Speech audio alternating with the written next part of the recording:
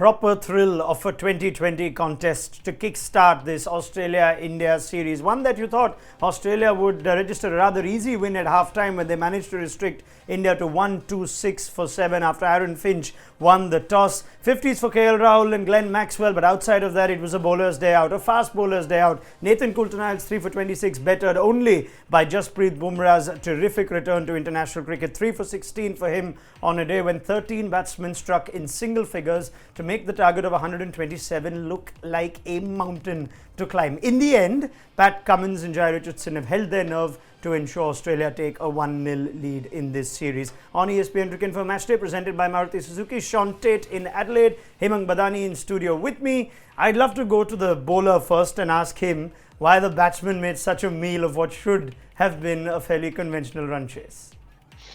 Yeah, I mean, I don't know. It was one of those strange games, but I think maybe it's hard to, when you're watching on television and trying to work out the wicket yourself from where we're sitting and watching.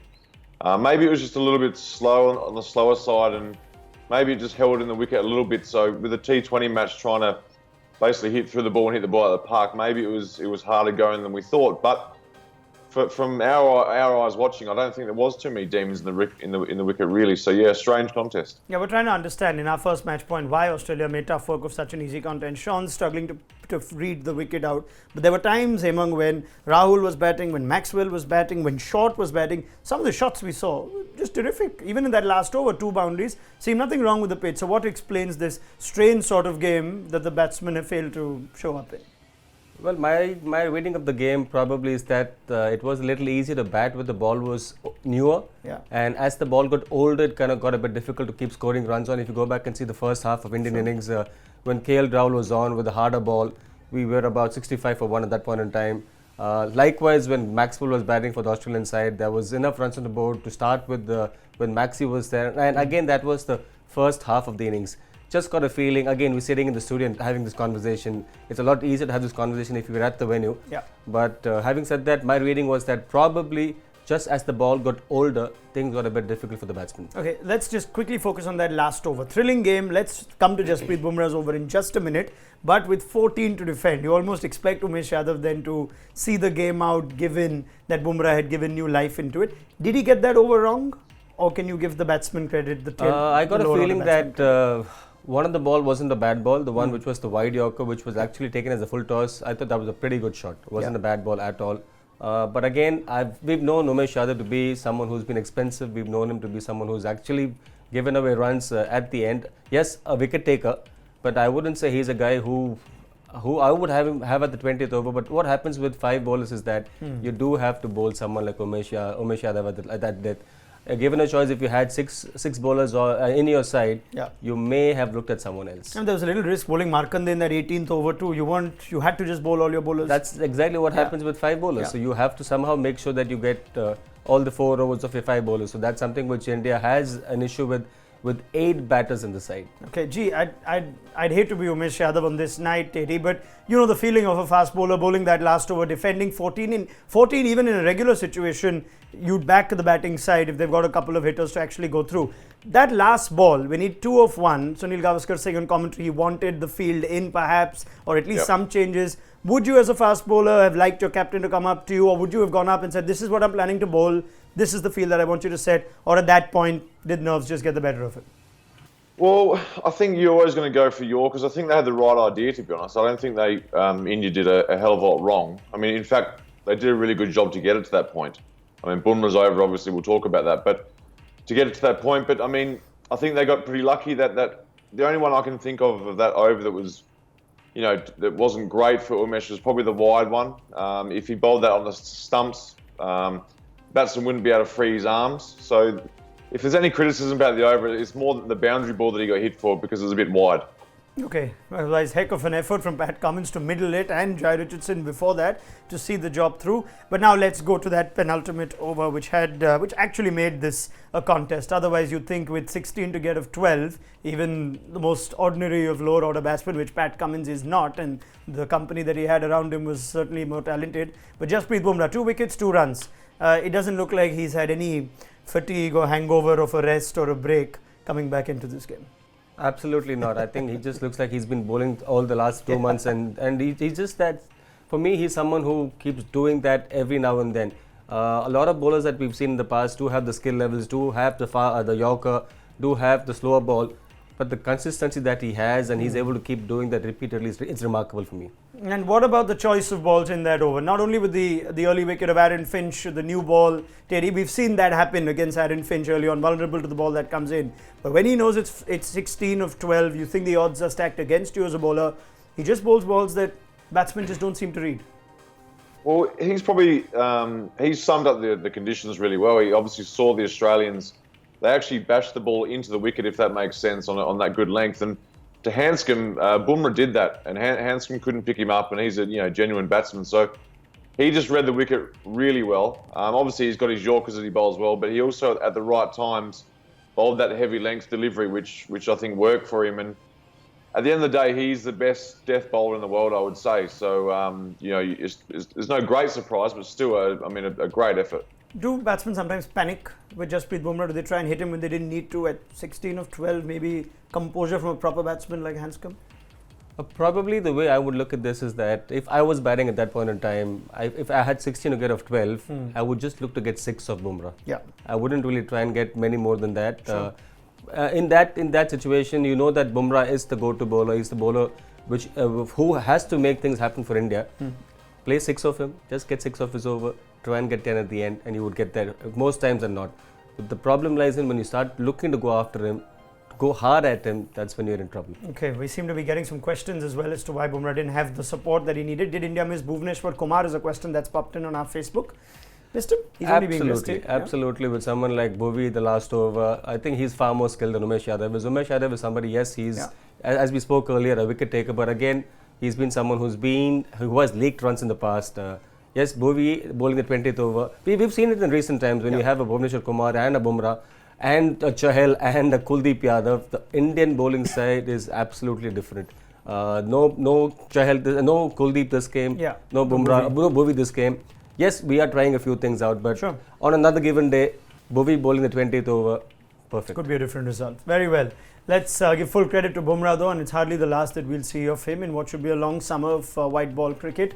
Let's move on to our next talking point. Glenn Maxwell came to the party in almost a counter-attacking style, a half-century for-him partnership of 84 with Darcy Shaw to ensure that at least the foundation was laid for what should have been an easy win. I like the timing of Glenn Maxwell coming out. We often debate the timing of when he's sent into bat, Teddy. In 50-over cricket, sometimes they leave him too late. Here, he's seen Bumrah with his tail up. He knows there's a record against Bumrah that we've spoken of before. Didn't mind coming in and played a very, very attacking, counter-attacking innings. I thought he played, really well. He just looked a different player to the rest of the guys tonight, I suppose. And I think that's as high as he should go for them. I think 4's a pretty good position for him. He doesn't need to be any higher than that. He said in the media he's pretty comfortable batting there, and they're sort of backing him in there. So, I think it worked out well. And he looked like a mature player. I mean, if he was a little bit more mature, maybe he would have seen the game out. But that's probably not the sort of player Glenn Maxwell is. He's the sort of player that is explosive, and he'll set the game up for you with a good foundation, and for the other guys behind him to probably finish off. So you could be critical saying he didn't see the game through for his team, but he's probably not that sort of player. He's a guy that sets up the victory. And 11 4s and 2 6s in that inning, partnership between Short and Maxwell. Some very good shots as well. At a time when India would have had their tail up, quick run out of Stoinis and then the wicket of Finch.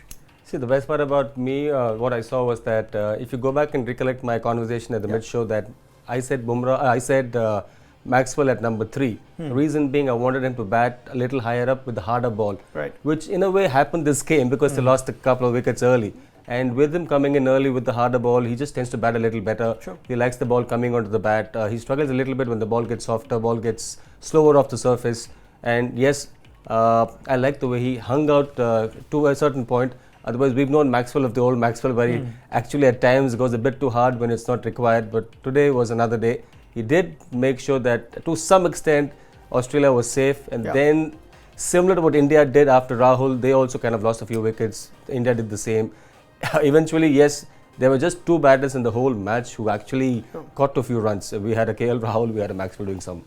Right, they play their own little game, but otherwise it's a day for the fast bowlers to remember. They managed to make a game out of a chase of 127. Let's move on and talk about the possible changes before the second T20I in a few days' time. Let's see, India have plenty of options. I think Hemang's made it clear on a number of occasions that he doesn't like the pure 5-bowler strategy. Would you like to tinker that? Absolutely. I don't think the 5-bowler strategy works for India. We've seen that happen. We've seen India struggle in the previous series also versus New Zealand. So I think there is something that India has to look into. Probably get in a Vijay Shankar who can give you at least a couple of overs. I'm not saying that he's going to bowl 4 overs for you, but you need to at least give him a go as a bowler. Where does he come in though? You probably need to think about, you've got 3 wicket keepers, you've got 3 batters there, you've got DK, Dhoni and Pant. So probably give one of them a break. Maybe it's not a bad thing to give Dhoni a break. Rest, just give him a rest. You know he's going to the World Cup. Going to be the whole idea of this series is to some extent to try out newer guys, try out some other guys who might or might not be on the trip to the World Cup. So you've got Dinesh Karthik and Rishabh Pant who are 50-50 at the moment. Dhoni, everyone knows, is your prime keeper. Yeah. So why don't you give Dhoni a rest like you gave Virat Kohli a rest the previous series? Let Vijay Shankar come in and who can give you the batting option and who can also give you a couple of overs in the end. Okay. What about Australia, Teddy? They've won the first one. They probably look to keep more or less the same team. It's a short T20 series. But even within that team, they made some interesting tactical calls. Marcus Stoinis promoted to open the batting. Is that something you see happening even if Australia bat first or even if they're chasing a big score?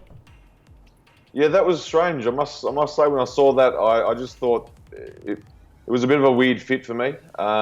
He's more than capable. He's batted there for the Melbourne Stars before in the Big Bash, but this is not the Big Bash, so it is quite different. I think Finch has to open the batting. Stoinis can bat again. He's a little bit like Maxwell, but I just see him better at sort of 5-6 for him. But I can't imagine they're going to change too much unless they want to give a couple other guys a go. But Australia need momentum right now. From where they've come from recent times, they need momentum. So any win, especially in India, is very important. Yeah, it sets up a long bilateral series for them. So feel-good factor for Australia. They won't lose this T20I series. At least that's the strange part of having a 2-match T20I series. Now, what about the winner in today's Fab 4 contest? We'll start with Shaun Tait. This is, of course, our fantasy game that our experts play on the day itself. And depending on their 4 picks, they stand to win points. Shaun Tait's picks, I said, could be very, very tricky given he picked Aaron Finch and KL Rahul. Rahul got him 70 very precious points. Adam Zampa with the wicket of Virat Kohli getting 20 points to his name. And Rohit Sharma managing just the 5 points. Aaron Finch managing just the 10 for his fielding efforts. Teddy, how do you feel on the back of that? I mean, it was a pretty tough game. Now looking back at it, it wasn't the easiest game to try and pick guys to get points with. Look, it wasn't a great effort. I'm very happy with the Rahul decision though. Maybe you should have backed some more fast bowlers like yourself. You could have just backed a few fast bowlers. All of them would have stood to give you some points. Actually, it was more of a panic pick. You put me on the spot and I panicked. Okay, I'm giving you an advance notice of 72 hours for the next game. So make sure you think it through. What about Hemang Badani? What about Hemang Badani's Fab 4? And we'll have a look, and I think it's quite close. 24 points to Virat Kohli, 90 points Jasprit, Bumrah, and Rohit Sharma and Marcus Stoinis. You couldn't believe the Marcus Stoinis pick for his all-round abilities, didn't get a bowl, and then run out for 1. I was pretty surprised with that. I would at least have had Stoinis bowl a couple of overs, but not to be. Finally, it does not really matter if I've got the better of an Australian with 5 points to myself, extra 5 points to myself. At least you got a win for I'm pretty okay with that. Yeah, but in all fairness, I was going with a safe bet. Rohit Sharma can bat 20 overs. Virat Kohli in the prime form of his life. Bumrah bowling beautifully. Stoinis would bat and bowl. I would again bring in Stoinis at number 4 or 5. He's more of a guy who finishes the game for me, not right at the top. As Shaun also mentioned the same thing. Finch at the top.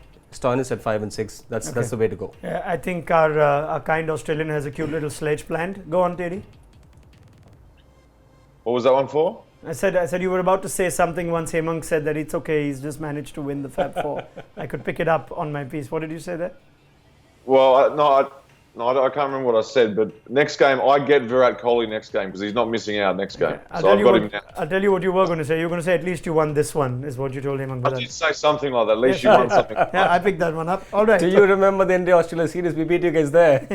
I've got no idea. Cannot remember. That was in the past. All right. This has been fun. A thrilling game of 2020 cricket. Many thanks to Shaun Tait. We'll have your company for the second T20 as well. Hemang Badani, pleasure. We'll see you in a couple of days. Absolutely. As well on Thank you. ESPN Cricinfo Matchday presented by Maruti Suzuki. Extensive coverage and everything that has to be said around this game on ESPNcricinfo.com, as well as our mobile app. Story from Visakhapatnam at the end of the first T20I that Australia have taken a nerve-biting thriller on the final ball and taken a 1-0 lead in this series.